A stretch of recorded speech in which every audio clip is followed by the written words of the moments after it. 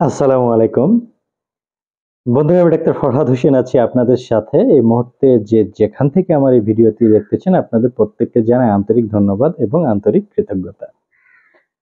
যেখানেই আছেন আশা করি ভালো আছেন, সুন্দর আছেন এবং নিরাপদে আছেন।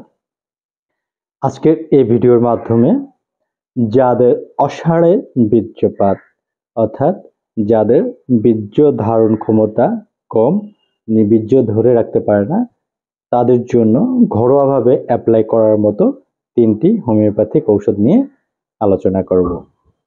বন্ধুরা, অসাড়ে বীর্যপাত বলতে আমরা বুঝি যে স্ত্রী সহবাস করতে যাওয়ার সময়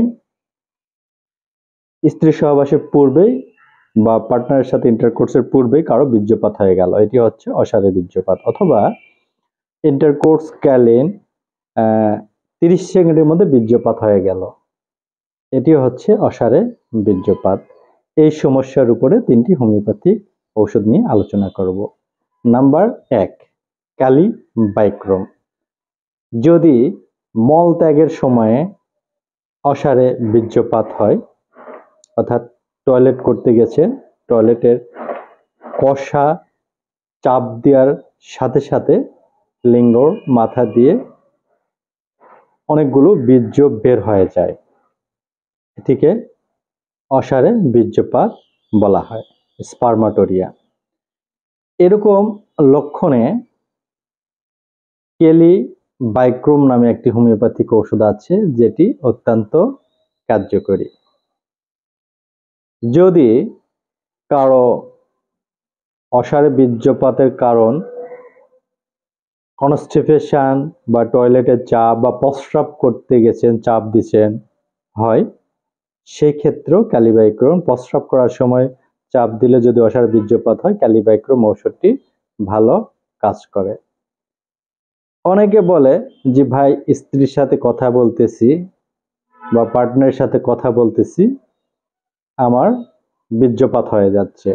প্রশ্ন করা হয় যে এটা কি পাতলা পানির মতো? অনেকে বলে পাতলা পানির মতো, আবার অনেকে বলে না, সরাসরি বীর্য যাচ্ছে। যদি পাতলা পানির মতো হয় তাহলে তাদের জন্য কোনো ট্রিটমেন্টের প্রয়োজন নাই। এটাকে বলা হয় স্পার্মাটোরিয়া, প্রোস্টেট ফ্লুইড অর্থাৎ কামরস। যদি পাতলা পানির মতো প্রোস্টেট ফ্লুইড যায়, সেই ক্ষেত্রে তার কোনো সমস্যা নেই। যদি বীর্যক্ষরণ হয় রসালাপকালে স্ত্রীর সাথে বা পার্টনারের সাথে, তাদের জন্য সবচেয়ে এসেনশিয়াল এবং কার্যকরী ঔষধ হচ্ছে কোনিয়াম।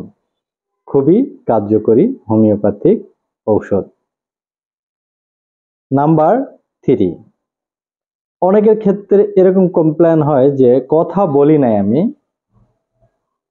চিন্তা করেছি, অর্থাৎ পার্টনারের কথা চিন্তা করেছি এবং মনে মনে ভেবেছি, তাতেই বীর্যপাত হয়ে যায়।